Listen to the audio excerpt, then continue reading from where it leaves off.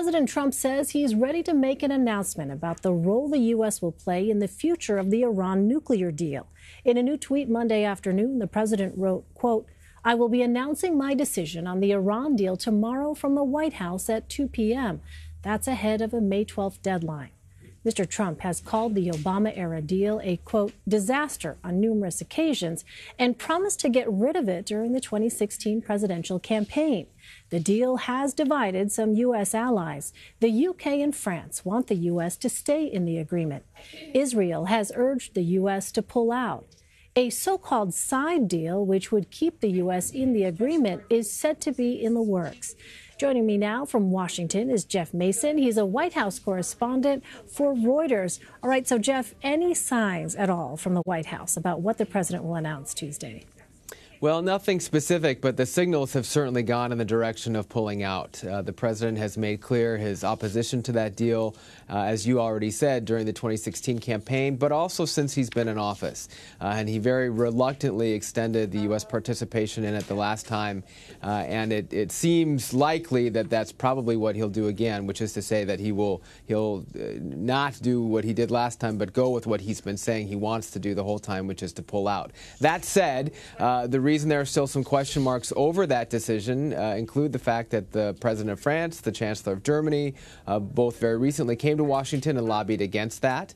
And if they could come up with a side deal that addressed some of the concerns that President Trump has raised, then it's possible that he would decide to extend a little bit longer and leave some time for negotiations on that. But in general, the signals that he's sending have been more along the lines of pulling out. Well, how would European allies and Iran react if President Trump were to essentially void the terms of the deal?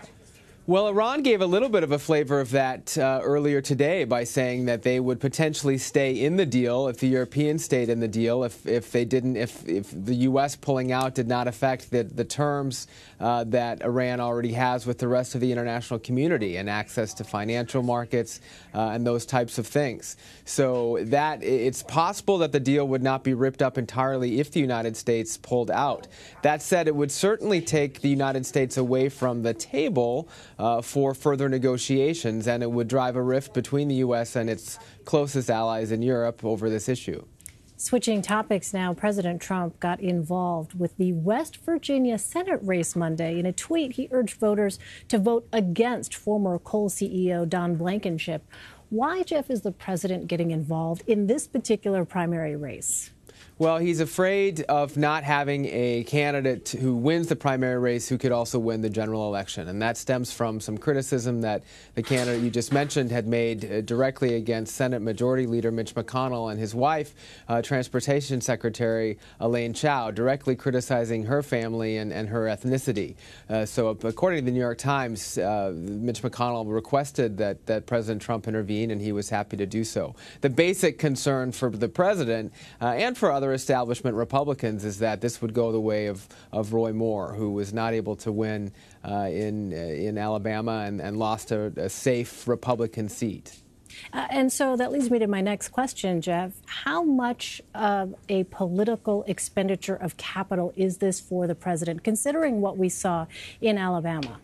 Well, I don't know that it's that much of a expenditure of political capital. It shows that he really cares about having a majority in Congress, and he's concerned that this particular candidate would not be able to cross the finish line for that. Now, sending a tweet is a lot different from going and campaigning for someone. Sure. And I imagine you'll see the president do more actual campaigning later this year. All right. Jeff Mason in Washington. Jeff, thank you. My pleasure.